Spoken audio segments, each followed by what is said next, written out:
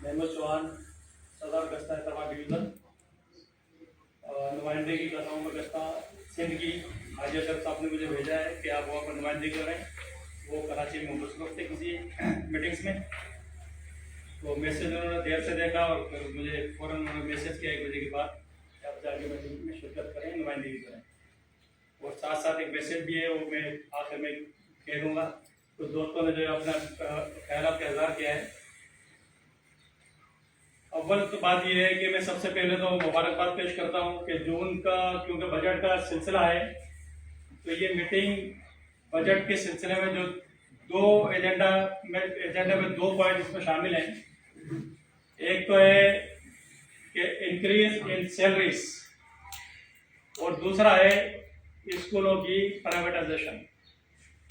तीसरी कोई बात एजेंडे पर थी नहीं, लेकिन दोस्तों ने अपनी बातों का इजहार किया, अपने ख्यालात का इजहार किया, सी को भी डिस्कस किया। तो बहरहाल सबका अपना हक है, करना चाहिए।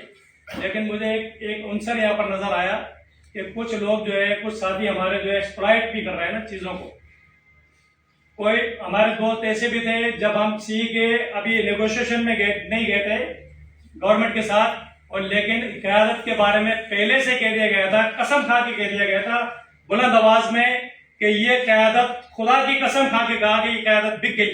अभी हम मीटिंग में गए नहीं है, बात की नहीं है, और उससे पहले कह दिया गया। तो ये अजीबोगरीब बात है। पहले से ही एक जहन बनाओ ना, उसके बारे में क्या किया जा सकता है और दूसरों को जहन साजी की जाए।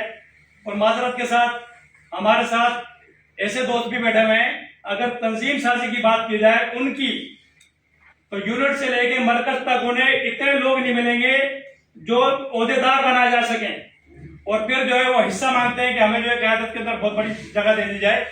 स्पेस उसको मिलता है जो अपना इस्तेक देता है, जो अपनी जान देता है, जो अपना खून देता है, अपना पैसा लगाता है।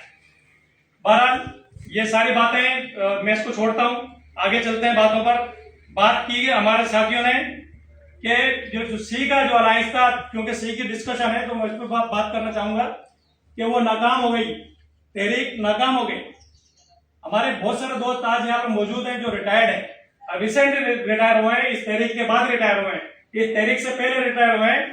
पेंशन रिफॉर्म्स आई थी, उसके अंदर बहुत बड़ा कट था, आपके पेंशन में कट था, आपके कमोडेशन में कट था, आपके एलपीआर में कट था। लेकिन क्या वो बेनिफिशियरी नहीं है आज हमारा एम्प्लॉय?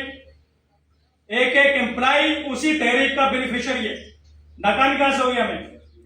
ठीक है, अभेस में है वो चीजें, लेकिन क्या गवर्नमेंट को इस तहरीक के नतीजे में ये जुर्रत करनी पड़ी कि वो उस अभेस को खत्म कर देती?